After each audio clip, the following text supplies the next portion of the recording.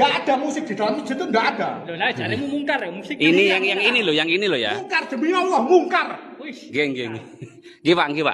Iya. Mungkar ya. Ya wis, terus kamu hujangmu apa? Kalau nggak mungkar, hujangmu apa? Loh, iki kegiatan masjid Sunnah, ini. wajib. Di agama cuma dua, sunnah sama wajib. Nggak ada lagi. Bismillahirrahmanirrahim. Assalamualaikum warahmatullahi wabarakatuh. Sahabat beriman, dalam cuplikan video tadi diperlihatkan, ada seorang pria berjenggot mengamuk dan memarahi sekelompok remaja yang sedang berlatih rebana di dalam masjid. Diketahui, peristiwa tersebut terjadi di Masjid Al-Ikhlas, Jambangan, Kota Surabaya. Dalam video itu terlihat, seorang pria yang mengenakan gamis berbicara dengan nada tinggi. Menurut pria tersebut, Islam melarang memainkan musik di dalam masjid. Tidak ada musik dalam masjid. Itu perbuatan yang munkar. Demi Allah, itu perbuatan munkar, ujar pria tersebut dalam video yang diunggah pada hari Kamis, tanggal 5 Oktober kemarin. Dari penjelasan saksi di lokasi masjid, peristiwa itu bermula ketika pria berjenggot itu selesai melaksanakan sholat Isya. Ia kemudian marah ketika melihat para remaja yang hendak berlatih rebana di dalam masjid. Lantas, benarkah memainkan alat musik di dalam masjid itu dilarang dalam agama Islam? Menjawab pertanyaan tersebut, Ustadz Abdul Somad dalam tausiyahnya mengatakan, ada dua pendapat mengenai hukum memainkan alat musik di dalam masjid. Boleh tak main rebana dalam masjid? Tentang masalah ini dua pendapat. Tadi janji Ustadz kalau ada dua sebut dua. Tak boleh dua sebut satu, tak amanah. Itu pengkhianat ilmiah namanya. Pendapat yang pertama mengatakan tak boleh ada rebana dalam masjid. Dalilnya apa? Karena Nabi pernah mengatakan inna li hadzal masjid, sesungguhnya masjid ini la yasluh, tak boleh illa kecuali tiga. Zikrillah wa qiraatil Quran was shalah. Hanya boleh tiga, zikir, baca Quran dan salat. Kalau gitu tak boleh ceramah. Ceramah ini masuk majelis zikir. Zikir, baca Quran, salat. Yang lain tak boleh. Ini dalil orang yang mengatakan tak boleh. Tak boleh rebana sama sekali. Sedangkan yang mengatakan boleh, dua hadis dia. Yang pertama, a'linu hazan nikah, umumkanlah nikah, jangan diam-diam. Waj'aluhu fil masajid, buatlah akadnya di masjid. Wadribu alaihi biddufuf, pukulkan gondang. Tengok, tiga sepaket. A'linu hazan nikah, umumkan nikah depan orang banyak. Waj'aluhu fil masajid, buat di masjid. Wadribu alaihi biddufuf, pukulkan gendang. Nabi di situ tak ada memotong.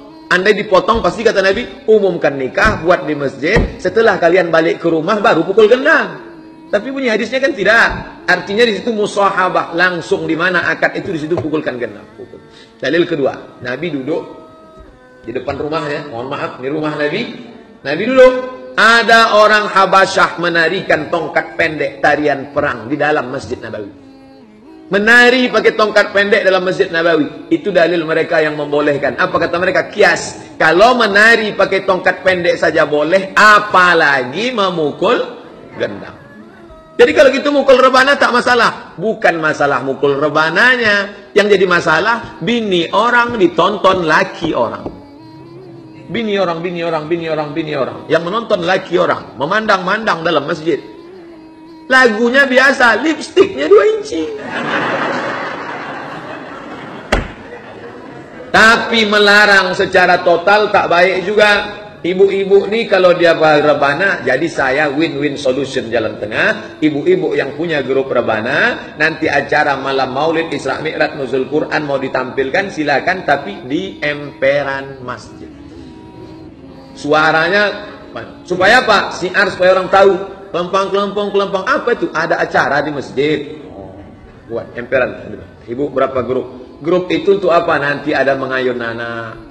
Sallallahu ala Muhammad sallallahu alaihi wasallam. Grup marhaban, grup barzanji, grup nasyid, bagus. Anak-anak kita dididik untuk apa? Menandingi keong racun kucing garam. Sahabat beriman, dalam kesempatan yang lain, Ustadz Adi Hidayat juga menjelaskan hukum memainkan alat musik dalam ajaran Islam. Sekarang alat musik Bagaimana dengan alat-alat musik? Antum bisa perhatikan kalau munculkan hadis-hadisnya, ada yang langsung dicela, bahkan didekatkan dengan zina. Kan? Allah Subhanahu akan datang di masa nanti orang-orang menghalalkan zina, menghalalkan khamar dan menghalalkan alat-alat musik, kan? Pernah dengar hadisnya? Baik, itu apa yang dicela? Hal-hal yang bisa menyesatkan kita pada keburukan, yang menjauhkan dengan Allah Subhanahu wa taala. Bahkan disebutkan oleh Nabi, seruling itu bagian dari panggilan setan, kan? Karena ketika dia digunakan banyak orang maksiat di situ. Ya, minum khamar, ada yang mabuk-mabukan, ada yang berzina, ada yang macam-macam. Silakan cek ya, silakan antum cek. Setiap kali menemukan musik di tempat-tempat yang tidak baik, pasti turunannya maksiat. Itu yang jatuh haram di situ. Haram dan seterusnya. Tapi ada di antara hadis-hadis yang antum pernah lihat, bukankah pernah Nabi SAW datang ke rumahnya Sayyidah Aisyah? Baik, apa yang terjadi? Rupanya di situ sedang ada pesta yang diadakan oleh Sayyidah Aisyah. Sedang bergembira. Tiba-tiba ada dua di antara khadimahnya sedang bermain gendang gitu kan? Baik, tobul. Dia sedang kemudian bersyair. Datang Abu Bakar. Ketika Abu Bakar datang dikatakan, Abi mazmuni syaitani fi baitin Nabi SAW.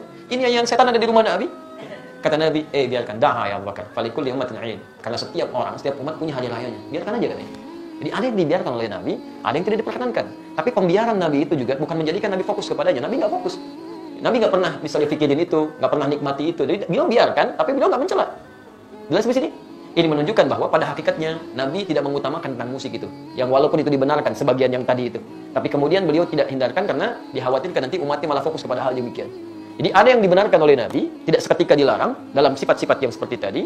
Adapun yang tadi alat musik yang lain, yang digunakan pada sesuatu yang maksiat, yang tidak baik, itu yang dihukumi haram oleh agama. Dan pada hakikatnya alat itu nggak ada hukumnya. Semoga video ini bermanfaat bagi kita semua dan menambah keimanan kita kepada Allah Subhanahu wa Ta'ala. Wassalamualaikum warahmatullahi wabarakatuh.